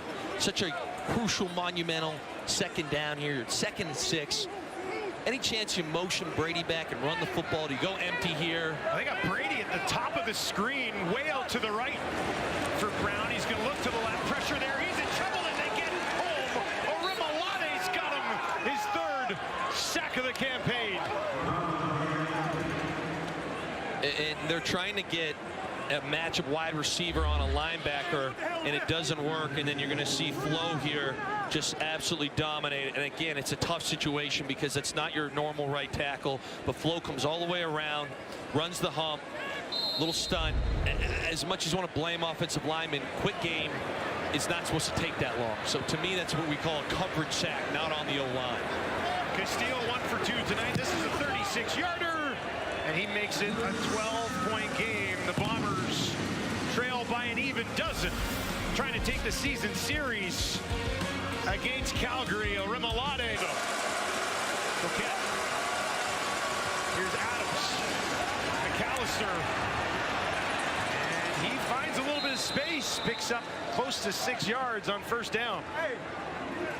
McAllister is an electric runner with the ball in his hand. So again, a little wide receiver screen, comes back here. And just, we make a guy miss here. We kind of knife this thing up. Well, what looked like a 1-yard gain ends up being a really nice 5-yard gain, and I'd say it's a short 5 here to go. My son is watching at home tonight, and he's going to be mad at me because I advised him last week to drop McAllister and pick somebody up. You're in the doghouse. In the offense. Daddy's in trouble. Yes, Daddy's in trouble. Yes, he is. 2nd and 5 for VA. Philpott stands in. Oh, that was almost picked. The streak was almost over for Vernon Adams. Kyrie Wilson got inside the receiver on that one. And again, you see Vernon look the other way, and he just doesn't have any time, because this time it's Fletcher gets in there. And this is almost a disaster. You got to kind of understand, you still have a 2-possession lead. You can't turn the ball over. It should just eat the pick there. I think Vernon's very fortunate to get away with one there, but in fairness to him, not the easiest when Fletcher's standing right in your face with his hands in the air. From the 35, Bassett hangs one out there. Babel will take it. Much in his career. He's been in the league since 2011. And when I talked to him this week, he said one of the favorite things for him at this point in his career is actually being a vet, being an older guy and having those moments where he can really be a leader for those younger players. Now, 2 weeks ago, his veteran presence was on full display after his teammate Trey Babel fumbled on a punt return. He was one of the first guys to go up to him on the sidelines to offer some of that support, telling him he was just about to do something big and just to focus on that next play. Well, not too long after the fumble, Babel returned a Toronto missed field goal into a Winnipeg touchdown. And while it was all going down, Neufeld was running down the sidelines telling me that he was screaming, "I told him so!" Just yesterday, Babel was laughing as I told him the story, saying just how grateful he is for Neufeld and the rest of the vets on this team. They truly feel like big brothers or uncles, people that would do anything for them on and off the field, guys. One of the moments of the year in the league, that series of events for the Bombers as they go back on the ground here to Brady. I'll say this. A lot of times when you see these guys, look at them. Oh, okay. When you talk to certain position players, they just know their position. And I had the privilege of talking to Pat this week, and he just is a guy who understands ball. You know, he has an electric feeling. Just talk to him. Hey, we're talking fit and run games. We're talking pass pro. It was really a special conversation for me. I was very fortunate to have it. Back to Brady again, looking for that first down, and he's got enough. Took a few bumps along the way, right in the face of Wilson there. It's a first down for Oliveira. Yeah, I love that. I call this riding the wave for Brady. And he said, like, I just got the first down. I don't know, you're talking smack. When I say riding the wave, you're going to see him start right, and the wave ends up left. You just kind of read. It's patience with that offensive line. I like it's getting a little feisty in there, but I think I'm on Brady's side here. I know it was a big run, but we got the first down. I generally err on the side of the offense, though, I will say. Here's Brown. Brady again, trying to break a tackle. They'll desperately hang on to him. Wiley and Wilson together on that one. And again, I know it's a boring play, but in the same breath, it's really putting your team in 2nd and 5 like that is a massive thing, especially against the pass rush of Calgary. It was a really cool play design, a change-up. Generally, you hear me say inside zone. That was a gap scheme where they pulled the guard and Dante Daniels, a tight end, just giving different looks. Tommy Condell's on it right now. He stays on the ground again here. Usually it's a passing situation, right? But and they're going to run a little bit of a draw to Oliveira. He's got a first down over a defender. There's a flag back by the quarterback. But Brady's feeling it right now. Yeah, it's going to come back, which is unfortunate because I don't think we needed to do it. And it's a great draw play.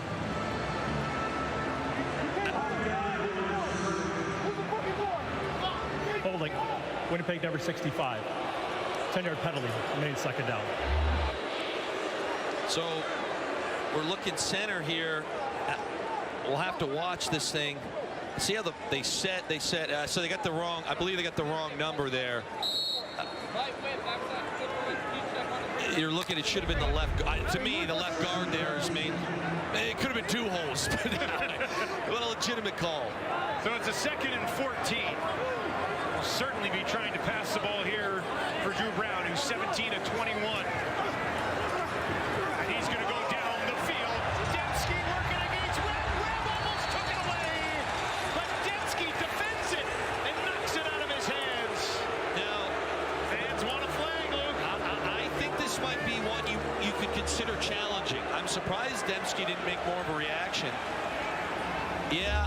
see it here. Initially live. First time, it's a great job by Dembski to pull that ball out. Playing DB there by Nick Dembski. They won't challenge it. Looked like Osh had a quick conversation with Dak, and now it's blocked. Ball's just sitting there. And Winnipeg will hop on it. There's a flag on the play. Cadwallader turned around and hopped on top of that one. And what a play by Calgary as they continue to get it done on special teams. Thomas using all of that 6'4" frame to make the play.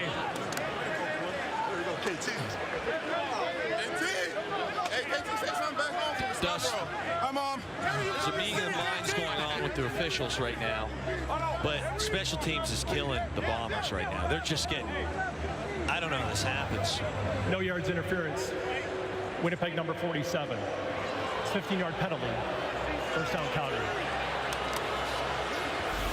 Special teams for the Stampeders, the difference in this one. Look, Thomas flying in there. Calgary. Trajectory of the punt here, and I'm not a specialist, but watch the drop. See the big drop there? And the ball's out. I actually think this is part of the reason this is blocked. Like, generally you have to take it off the foot, Dustin. There's a lot of space there. I don't know if they're trying to directionally kick a low liner, but that was a real funky situation. Either way, first down, Calgary looking for the touchdown, but it's broken up. Jake Kelly helping out Evan Holm. And I'll tell you this, Jake Kelly stepping in for Cranby. What a play here. Okay, you got an inside seam here. You're just going to see it. We try and wrap around the first level and then get going. And we're gloved. It's gloved up there. And Kelly with a great PBU. That's the type of play you need, because you, in the situation right now, you got to hold him to 3. Wow, what a big play by Kelly. Third pass breakup of the season for Kelly. 2nd and 10 for VA from the Winnipeg 21. 3 to the left, 2 to the right. Looks to the right, throws to the right. Has looks. Tries to break a tackle, but Major Williams got just enough of them. It's still a first down, though, for the Stampeders. Little stop route here, and the key with these stop routes is speed. Speed, speed, speed, speed. Boom, we got to dig, dig, dig. Okay, they go double route, the stop, come back, and you just want to push that defender back. So what we saw happen there is it was like you almost want to lose double route, and then goes to the DB, backs up, put your foot in the ground. Great timing throw by Vernon Adams as well. First and goal for Calgary from the Winnipeg 7, looking to blow this thing open. Mills stands in to the left of Vernon Adams. Now he flares out to the left. To the corner, over grabs, got it! Batted away! They're going to say touchdown, Kevin Jones! His 4th of the season! But there will certainly be a discussion on this one. Dustin, you know, an offensive guy, I don't think it's long enough possession. This is a tremendous, they call it hands to hand, so it's a great throw. It's a great initial catch. But let's watch this thing here. I don't know. I would agree with you, man. I don't. So when I say hands to hands, you realize he's going to catch the football and you go right to where his hands are. Ooh. This is the gray area. It's in every league. What is and what isn't a catch? How long and how short do you need possession? The lower look makes me think he might have had it for long enough, but that's also slow-mo. And they are going to say it's a good touchdown. And Calgary goes up by 18. Now Calgary goes up by 19. McAtamney knocks another one home. After the big blocked punt, it's 3 plays, 21 yards. Touchdown, Kevin Jones. Which is what Vernon Adams did. Winnipeg at home, down 19. Babel on the return. Flag as he's tripped up just outside the 25. Tevin Jones fitting in very well here with Philpott and Brooks and Brissett. Clark Barnes, they bring back Alford, maybe Beggleton at some point. VA's got some guys holding. he can get the ball to. 25. It's a 10-yard penalty. First down. And this we talked about a bit earlier, Dustin, but when I say you're Winnipeg, the names you just dropped at receiver. Like, if Calgary gets going, and we haven't seen a ton of it tonight, but when Vernon Adams needs to also do the off-schedule plays, which he is tremendous at, this team has the makings of I believe the young kids call it a wagon. and you got a chance to kind of really put a dagger in him early in the season, and certainly slipping away from Winnipeg at the moment. Drew Brown down the field, cannot connect with Tommy Nield. And Dustin, I'm not trying to make excuses for Drew Brown or Tommy Nield here, but when you see zone plays like this that miss when you're open, I credit that a lot to just not understanding. These guys haven't spent that much time together. They don't exactly know, okay, I'm expecting Neil to sit down here. Drew Brown thinks something else. Tommy's is in a couple yard difference, and you got, instead of a big first down conversion, you're sitting at 2nd and 10. Zach Collaros watching on. 2nd and 10 here for his backup, Drew Brown. Pressure coming. Got it away. Taken away. LaBrosse has another. No, he's got 5. What are you doing? What are you doing, LaBrosse? He turns and flips it into the waiting arms of a bomber. Incredible. Dusty, first off, let's talk about the effort, okay? Because and there is some great effort. It's a brutal decision by Drew Brown. We can just roll sync. This is not open at all at any point. You drive on it, but this is. I don't know if I've ever seen that. I don't think I have. I've seen pitches that get fumbled, but not pitches that get picked off. Pokey Wilson. So respect for Pokey for being there. Now they'll get it to Cobb, and he's upended on the play. I can't believe what I saw there. It's a great pick. Let's start by saying it's a great pick, good catch. And when it happened, it was such a gut punch to me because I was like, well, there's the game. They're jammed up now. But this is a very, very bad decision. Like, and what extra are you going to get? You're already in their territory. Vernon Adams has got 273 right now and 3 tutties. Like, let him go score. Wow. 2nd and 6. Brown almost gave it away, but Tim White pulls it in. Yeah, and it's pretty cool here because Brown's got a guy right in his face too. And we go back to Hutchins gets in there, and then we just wrap this kind of seam around. Wow, tight window. Tim White. Nice job there by Drew Brown rebounding. You know what they say, you give someone a break, they'll take advantage of it. Looks like it could happen. Right back into the arms of White again. Can you imagine if that turnover leads to a Bombers 19-point comeback to win this football game? Yeah, I think LaBrosse is going to be sick about that. Because, again, he's played very well today, just doing a little too much in a moment where you don't need to. It's already a tremendous play. Do you think Lee's asking for the ball there? Is that why he gave it to him? I hope not. It looked like Lee sort of jumped behind him and was like, here. Yeah, I certainly hope not. Doesn't mean you have to give it to him. Here's Brady Oliveira right up the middle. Brady Oliveira to the 20. Brady Oliveira cuts it to the outside. Touchdown, Bombers! Brady Oliveira does it again. And Winnipeg has life.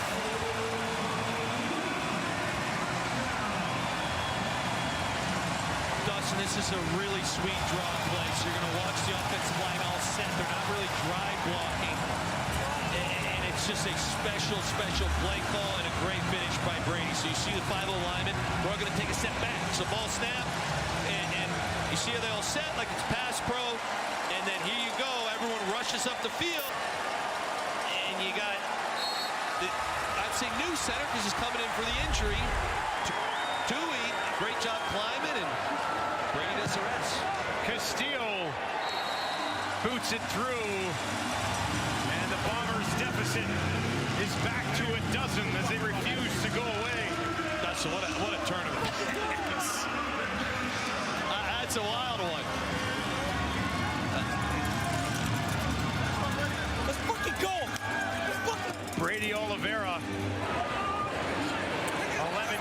for 118 yards. Here it is. That's how it started. That is wild. And then you rip the seam in here, tight window throw, and then a great play call by Tommy Condell. Draw. Brady here, little cut here. Both. Look at, and we got a highlight. I know it's not a big block, but Pokey Wilson here, he picks off the ball earlier due to hustle. And if you're a young receiver sitting at home right now, instead of being first and goal from the 7, because Pokey Wilson is showing effort and running downfield, Brady just uses his presence and cuts right off and finishes the job. So Brady deserves his flowers, but Ontario Wilson is going to show up at the film meeting, not on the stat sheet, as a guy that made a lot of big plays in that drive due to his effort. Brady now has 3 rushing touchdowns on the year, all 3 of them coming in the 2 games against the Calgary Stampeders. His 2 100-yard rushing games, the 2 games against the Calgary Stampeders as well. They don't have an answer. Here's McAllister. He'll take it at the 15. Broke 1 tackle, stays on his feet, and they'll wrap him up short of the 40. Milestone night here for Brady Oliveira as he passes 6,000 rushing yards in his career.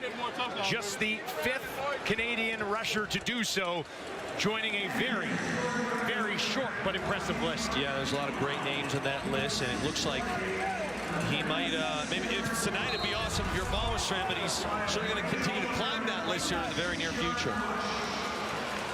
Well,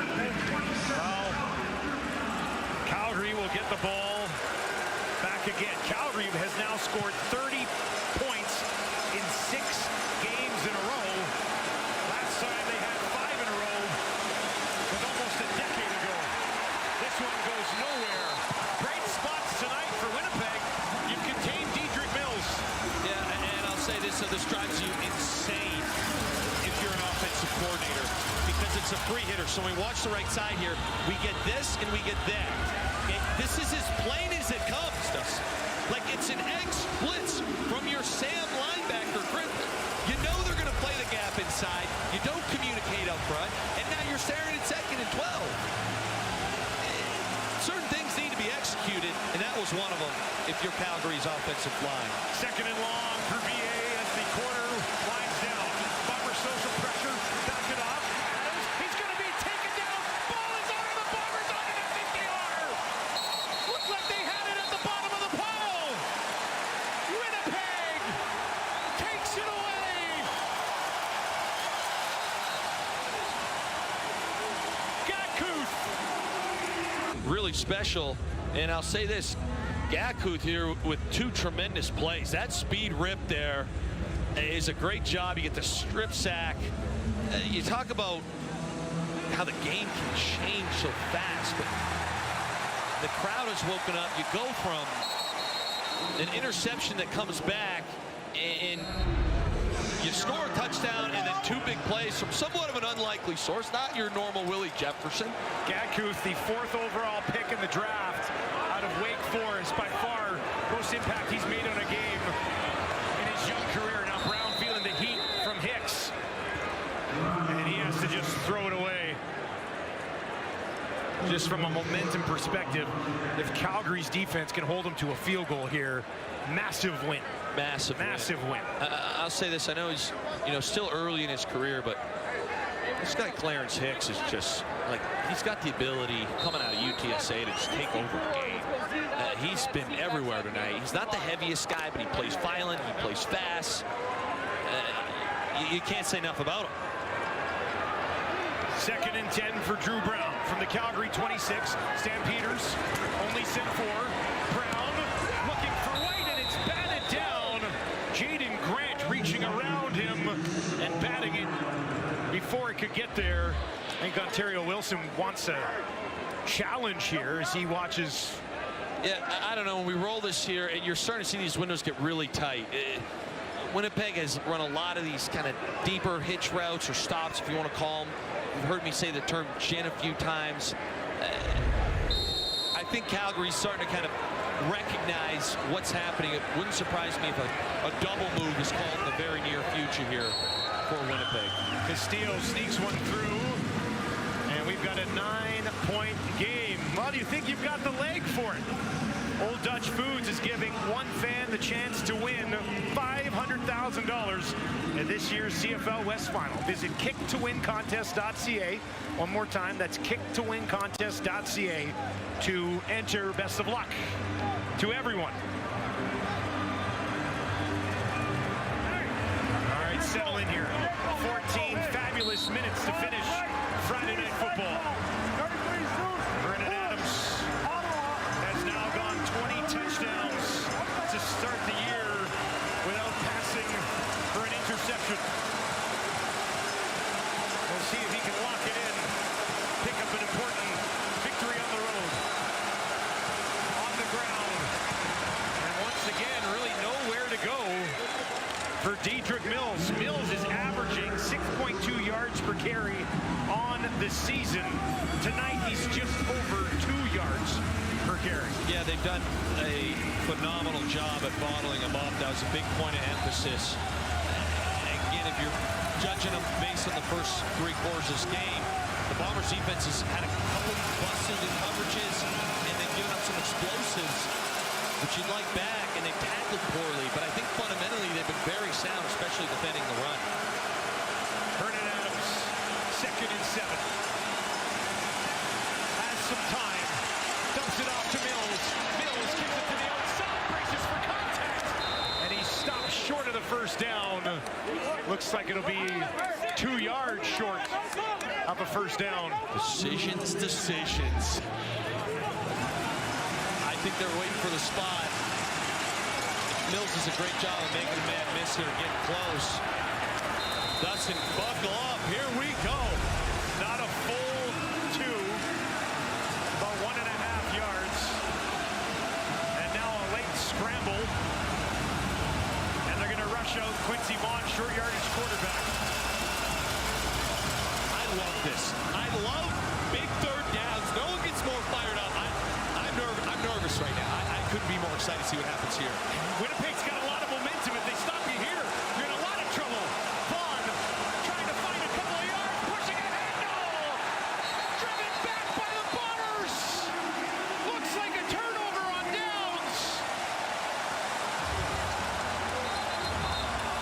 And things go from bad to worse for the Calgary Stampeders. I'm not sure if it's him or not, but I saw Tanner Schmeckel come up out of Regina. Oh, fired up. Let's get another look at it. Did he get the? He did. Oh. No way. I don't think so. No. Cadwalader pulled him back. Smart man. Smart man. They're loving it in Winnipeg. They'll start on the Calgary 50. Here's Brown. And it's intercepted off the cross. Redemption. And now he's going to take off. Gets it to the 40. Cuts it inside at the 30. Stays on his feet, still going. And they'll wrap him up at the 15. What a story developing here for Ben LaBrosse. Looked like he gave the game away. And now he takes it back. You want to talk about wild momentum swings. LaBrosse sits on this, and we talked about last. Calgary as a defense is sitting on things. You're seeing him right here. He's like, all right, we're not going deep. And Drew Brown just decides pre-snap, this is what he's throwing. And when I say sitting, like he's on it right away. You would like to see Pokey maybe come back there. But I'm glad he didn't pitch it this time. If you're a Bombers fan, you miss Zach Collaros right now. Badly. Back into the red zone. There goes Vernon Adams. Bombers will send some heat. VA looking to the end zone. Phil Potno broken up. Home came over the top and batted it away. 2nd and 10. Yeah, I think VA's going to want this one back because he's got an open man on the inside. Just kind of misreads the coverage. When we watch this kind of underneath, you see it's a little RPO. Cerezza gets in there. Kind of a corner smash concept to a degree, but inside there was a short end that might have been a walk-in touchdown. Great pass by Holm. Been a rough night for Holm in the tackling department, but makes a great pass break up there. 2nd and 10. 3 options out to the wide side left for VA. That's where he looks.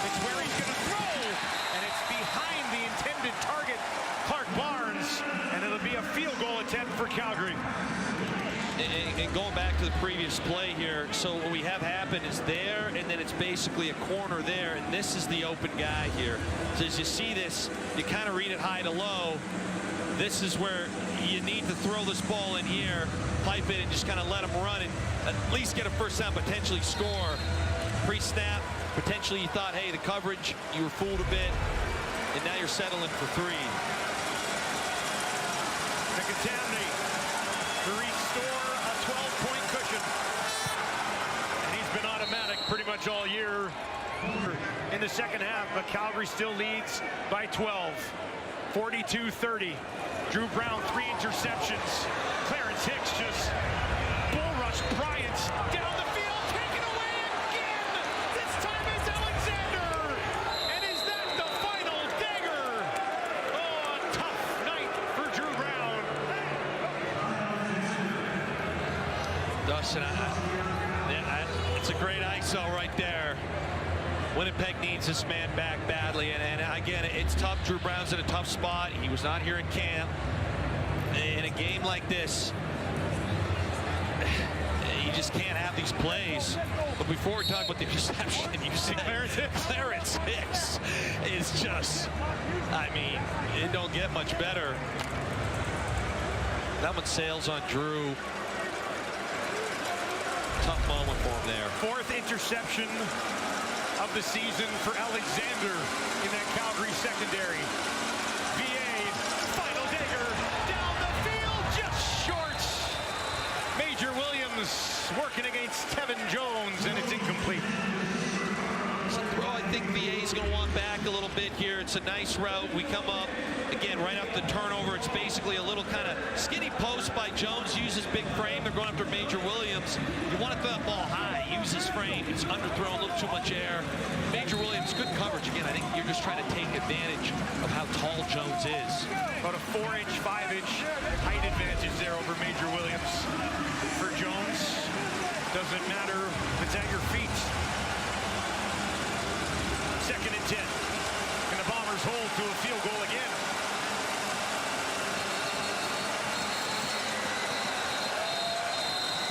And we've got a flag. Timeout, Calgary. But Calgary calls a timeout to avoid the penalty. Yeah, I'll say this. This is a crucial play, obviously, because for Winnipeg, although it's been tough sledding in the second half, you can keep this to a 2-possession game. The 3-minute rules in the CFL. This game is far from being over, but it's only a 15-point lead. That being said, if you could also potentially get a sack here or somehow affect a negative play, we all know Trey Vavel can take a missed kick to the crib. There's a guy who can do it. It's Trey. So there's a lot of things that can go here. It'll be interesting if they bring some sort of pressure to potentially get a sack here and affect a negative play. Doesn't look like it based on pre-snap alignment. Yeah, they've got 3 on the line. Showed a little bit of pressure. They'll send 4. VA under heat. On the run. There's a flag. He's going to go to the end zone. Broken up. Doesn't matter. Would have been coming back anyway. Dustin, I talk about bringing a blitz, so I guess when you have Willie Jefferson and Jake Sorreza, you don't really need to bring a blitz because they're going to get pressure anyways. I mean, you look at this, they rush 4 here, and they just dominate this line. Holding, Calgary number 60. This is a 10-yard penalty. Remains 2nd down. Starts with Fletcher. Just winning up front. Major Williams making another PBU. And I think potentially we're talking about that field goal range. It's an interesting play call here to accept the holding. Back him up, Tim. Back him up instead of having a little shorter field goal. And trust your defense to make another play.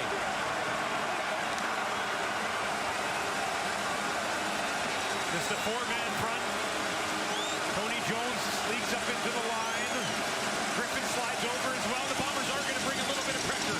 VA gets it away near sideline. Brooks takes it inside the 40. And they will be within field goal range for Mickey. just, again, the game within the game, very fascinating. You said Griffin, the Sam linebacker, comes on a blitz there. Adams makes the right play by going short there to have a play call in there. You're just playing for the field goal, which I get in this point of the game. But all in all, based on the turnover, a great series for the Blue Bombers defense. McAtamney for a 15-point cushion with 7.5 to play. It's a 42-yard attempt, and that is up! And he misses it. And Valvo will bring it out. Can he find room? Trying to stretch it around.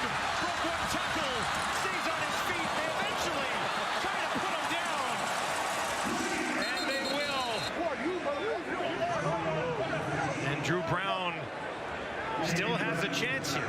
They were down 17 in the fourth quarter against Ottawa. Now they're down 12, but just 6 and about half minutes left to work. And facing a second and long here, would really like to see him kind of settle back in, and completion here do wonders for this Winnipeg offense. 2nd and 8. Calgary just sends their 4. Brown still feeling the heat. Jumps around it. Now he's going to take off. There's a flag down in the secondary. Finds Wilson. And Wilson stretches it out. Now there's another flag right at the end of the play.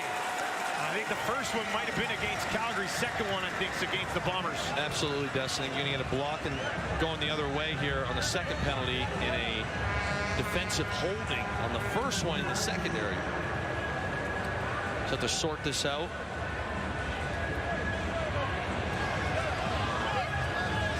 It's going to be, we believe, an illegal contact against Calgary. Clarence Hicks also, just like he has all game, magically appeared in the backfield.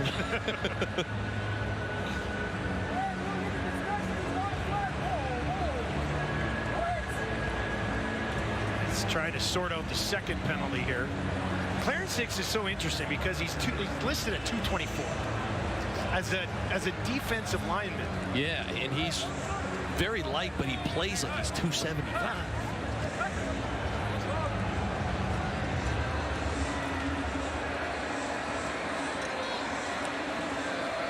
Legal contact on a receiver, Calgary number 9, penalties declined. Legal participation, Calgary number 44. That penalty is also declined. The result of the play is a first down. All right, so 2 penalties against Calgary. The one on the far sideline that we thought might have been against Winnipeg was on Anthony Johnson for coming back in bounds. Legal participation. I like that. It's an official term. Yeah, I like that term. In the end, completion stands. 1st and 10 Winnipeg on their own 39. Brown feeling the heat again. Dumped it off looking for Tim White. Kyle Wilson was in his back pocket. But Calgary's continuing to get some pressure on Drew here. Yeah, and they do not have much time there. And what's happening, everything mirrors up, Dustin. So when you have the rush you've got going, specifically with Clarence Hicks, the secondary understands that and knows that there's not that much time to throw the ball deep. So you're going to have to do these stop routes. And now they're sitting on everything, and the windows get tighter. So again, everything works in unison. Calgary humming right now with this pass rush. 5.5 to go for Drew Brown. Has the completions to Clarcius. R.J. Moulton hanging on to him. And that'll bring up 3rd down, and quickly the Bombers will rush out the punt team to kick this away. Certainly anticlimactic. Crowd is booing here in Winnipeg. Yeah, I understand this, though. You punt, hopefully flip the field and get a 2 and out. You've stopped the run all game. Obviously, I don't expect them to go for it this stage of the game, but you kind of hope you get a little more juice in a 4-yard flat route on 2nd down. This one bouncing past McAllister. It trickles out of bounds just inside the 5. I think it's out. 5 to play. This drive starts in the 5. VA readies one up, and it's hauled in. Tevin Jones working against Moxie. Bought himself a little bit of space. Hauled it in. Tevin Jones just uses the big body. It's, you know, Moxie covers it. Look, he's on it the whole way. He's trying to squeeze him to the sideline. Just can't locate the ball. And that's trust there with Vernon Adams being like, hey, I'm just going to throw a 50-50 ball up. And you see Moxie there again, never really got sight of the ball. And Jones using that big frame. Puts Vernon Adams over 300 yards in the game. Now Calgary from their own 34. This time they'll go on the ground. And the tackle is made by Dietrich Nichols as they give it to Philpott. Dustin, here we go again. We talk about the chess matchup. And at 2nd and 5 here, what do you dial up if you're Jordan Younger? Do you send the house? Do you try and twist? Do you use your front four? He looks pretty cool, calm, collected there. I think the way his defensive line's playing, you probably go tight coverage and just send the front four. Just send the four. It looks like Tony Jones, though, playing a little D end here. Oh, he's on the point. Excuse me. Out to his right. Down the field. Wide open, Brissett. Flag on the play. And we'll have to sort that out. That is the first target, first catch of the game for Brissett. But this is coming back. Number 54. 10-yard penalty, remains 2nd down. Dusty talking about a big swing here. Look at the right tackle. Guess who he's going up against? Willie Jefferson. A massive completion. Okay, gets taken back. It's a legit hold. Willie Jefferson's going to work up the field, rip underneath. So he sells up. He puts his outside foot in the ground. You see the rip with the arm. It's a blatant hold. And that is a massive swing. When Winnipeg needed it, Willie Jefferson gets it done again. Imagine this, Dustin. You're sitting there, you're playing Willie Jefferson all game. Speed rush, speed rush, speed rush. Moment of need. Sells up the field, slides underneath. Little dip and rip. Just like that, 2nd and 15.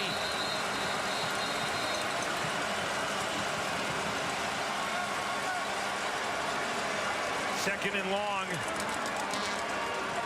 here for Calgary. What a big crowd. Starting to fire it up a notch here.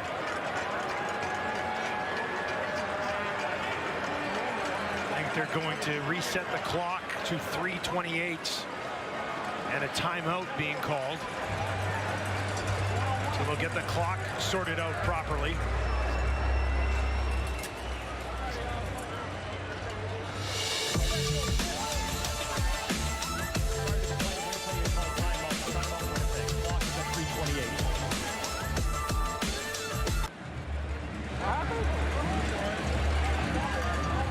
So the clock has been reset to 3:28. And Calgary in a 2nd and 15. Leading by 12, though. Yeah. Find themselves in a pretty good spot right now. I see a little Jake Thomas sighting there, defensive line coach for the Bombers. I want to talk about a CFL legend. That was a nice little cameo he made there, dialed in with Coach O'Shea. And well, more than a decade defending in Winnipeg. There he is, the big fella. Bombers will back off Tony Jones. They'll just send for VA. Thought about going to Mills. Now he's going to look down the field for Barnes. And it's incomplete. Barnes was working against Major Williams. Dustin, this guy Major Williams, I understand he had the 1-2. He's playing out of his mind. He's playing out of his mind. You want to talk about great technique as a DB. Watch this here. Okay, he doesn't get tricked. Oh, you're going to trick me? No. And see how he turns? And right now what he's doing is he's squeezing the receiver to the sideline, giving them nowhere to throw. You can't cover it much better. You don't get fooled by the little slow down. What a tremendous play there by Major Williams. That's it. Kicks it into the Winnipeg Knights. Babel wrapped up and tracked down from behind. Other plans right now. And going into this situation right now, you're obviously in 3-down territory always. Here's Brown. Deep drop. He gets it away. Going after after LaBrosse again, trying to find Tommy Neal. Dustin, I know I sound like a broken record, but Drew Brown's throwing off his back foot, and we're running stop routes or deeper hitches, and LaBrosse is sitting on it, as is everyone else, because you just don't have the time to throw over the top. Not with this pass rush. 4 interceptions in the game for Drew Brown. 2 of them to LaBrosse. Now he's in trouble again, and they get home. Clarence Hicks with a finisher as he slides in and rolls over Drew Brown. And again, you feel for Gabe Wallace here. This is not your normal right tackle, but you're going to see right here, we're just working one-on-one. It's a chop rip, and that's called that disappearing shoulder. When you have to bump a guard because Bruxton got hurt earlier, it's just a very tough matchup. And then, of course, it's a guy going up against, right now, the best pass rusher in the league statistically. Hutchings, Orimolade, Hicks, always sacks in this game for Calgary on that D-line. Now here's Brown under pressure again. Won't escape. Batted away. We're going to rule it incomplete. And you just said watch Hutchings on this play. You can't let these guys just pin their ears back. So here he is. I believe we're right here, and he comes off the ball. Bully to a swim, fights back. He's hanging on Drew Brown's legs. There's not much you can do. Like, these guys are that good at playing defensive line, Dustin. And when they're in this situation, they know you're not running the ball. They're going to pin their ears back and get after you with just their front 4. Calgary takes over on downs and has the ball in the red zone, where they've been extremely efficient this season. Now they'll hand it off to Mills, who's been quiet tonight. He'll take it up to the 15. I'll tell you, right now, if you're watching this game, one of the main reasons is probably because you're hoping that if you have Mills in fantasy, that he salvages the night with a touchdown. You know, that would be, if you're a fantasy football guy, you're looking for your guy right now to score. Now, if you have McAllister on your fantasy team, congratulations on the win this week. Yeah, unfortunately, your son did have him, but you told him to drop him. I told him to drop him. So I'm going to get a stern conversation from young Marshall when I get home tomorrow. I've gotten a lot of stern conversations in my life, Dustin. They're not that bad. Timeout called here. Calgary, this is a game that they certainly had to have. And they've come out and they've been the better team in all 3 aspects of this football game. They have. I will say that, and I do think they deserve to win. You know, the missed field goal touchdown return, that 10-point swing, looms very, very large right now. But Calgary has just taken the West and opened this whole thing back up. Yep. Obviously, the front runner right now is Edmonton with the big win last night, which, by the way, was one of the most incredible football games I've seen in a long time. I was glued to the TV.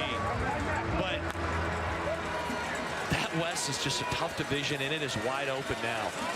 Wide open is for positioning, I should say. Adams with 3 touchdowns and over 300 yards in the game. Looking for a 4th touchdown, and now there's going to be broken up. Looking for Alford, who's just returned to the team. Yeah, it's cover 0. They bring everybody, and he says, Alfred's in here. I'm going to try and throw him a jump ball. So I get it. You see Alfred at the top of your screen. Cover 0, inside leverage. You go to fade. It's the right decision. Just probably need to get these guys a little bit more, you know. I know they have some chemistry in the past, but Alfred just showed up this year. I'd like that ball to be a little higher.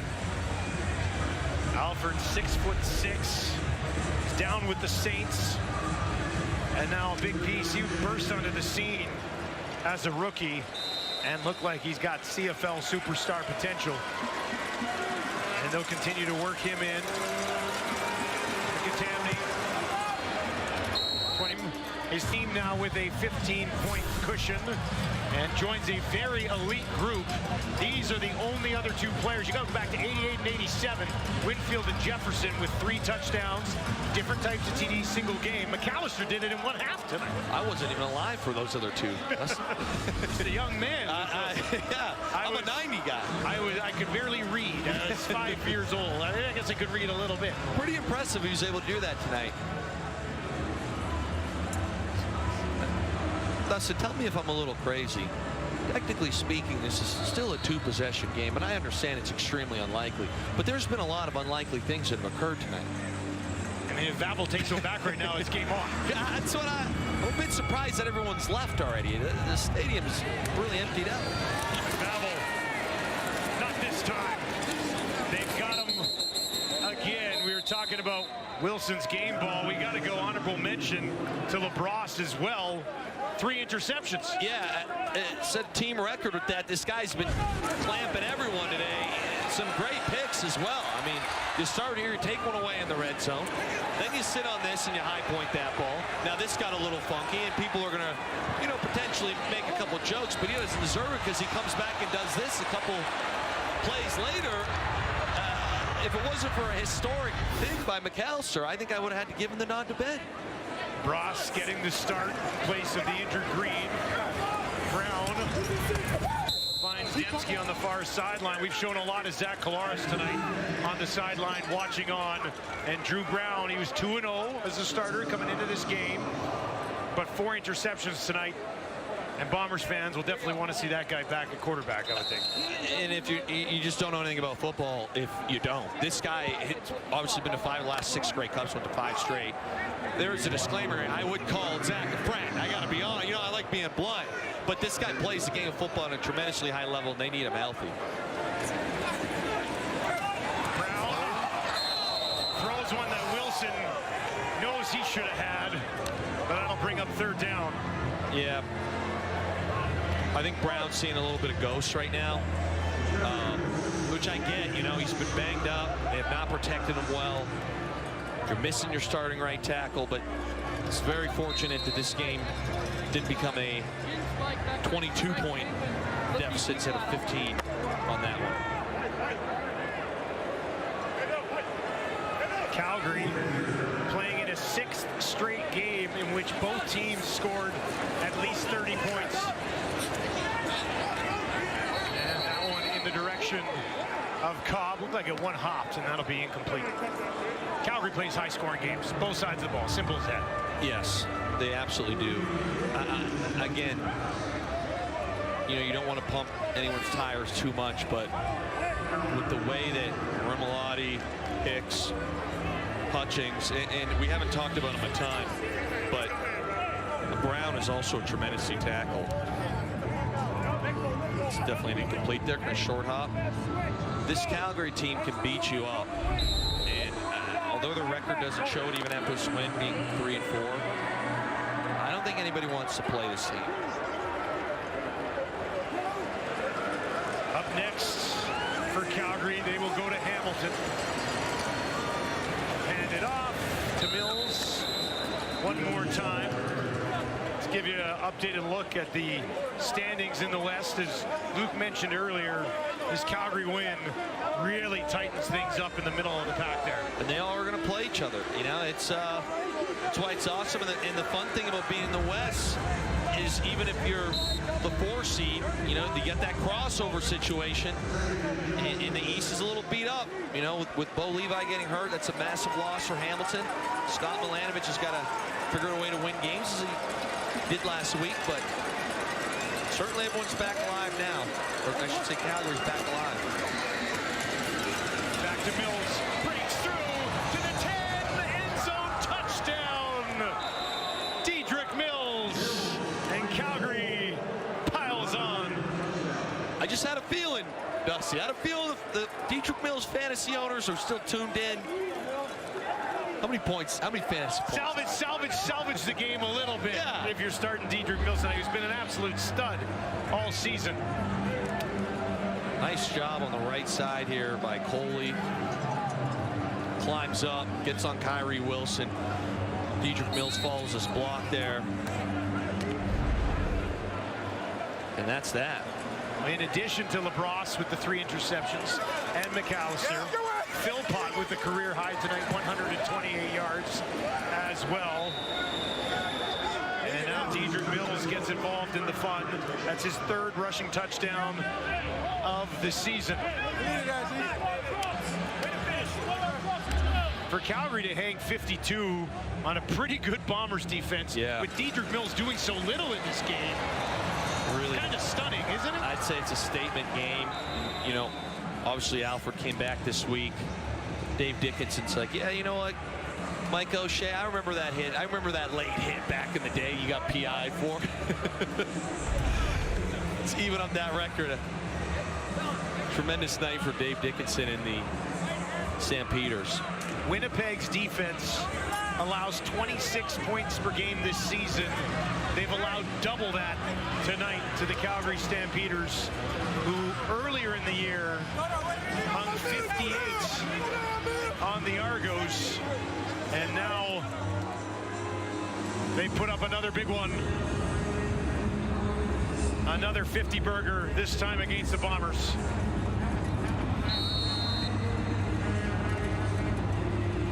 Stamps had lost 2 in a row. They'll snap that. Bombers had won 3 in a row, all 3 of them against the East. And they're going to take the loss here tonight. Pavel looking for some blocking help. Got a little bit of it. And he'll take it out just outside the 41. Winnipeg, we talked about Calgary. What's up next for them? Winnipeg will be at home against the BC Lions. BC trying to hang around in this conversation. That'll be a big one. And you mentioned Calgary, where they're at right now in the standings.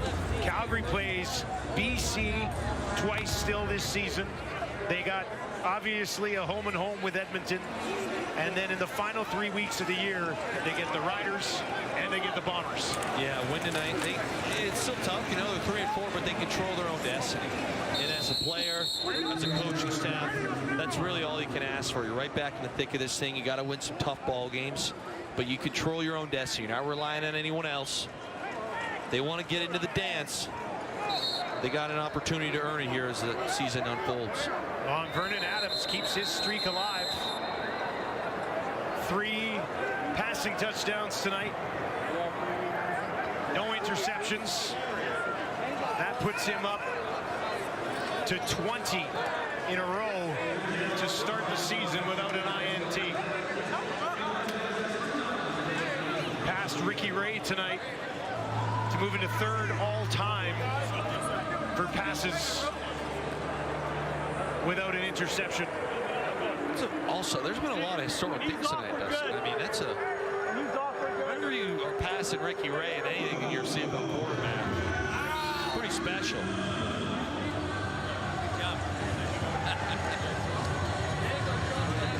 Craig Dickinson, special teams coordinator for Calgary. Happy with McAllister's work tonight.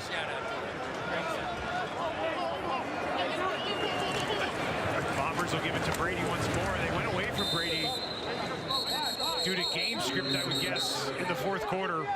He had 11 carries for 118 yards and pretty much haven't done anything with him since. Yeah, offensively, they just kind of looked like they had it for moments and they got out of sync. But I think my favorite part right now is that Dante Daniels is out here, the youngster, talking smack. He's really doing a nice job representing Windsor, Ontario. I'd be doing the same. And tight ends. And tight ends. You know, I love that energy. We'll be back. That's what he's saying. Just introduce himself to the league. Maybe he'll talk a little smack here too.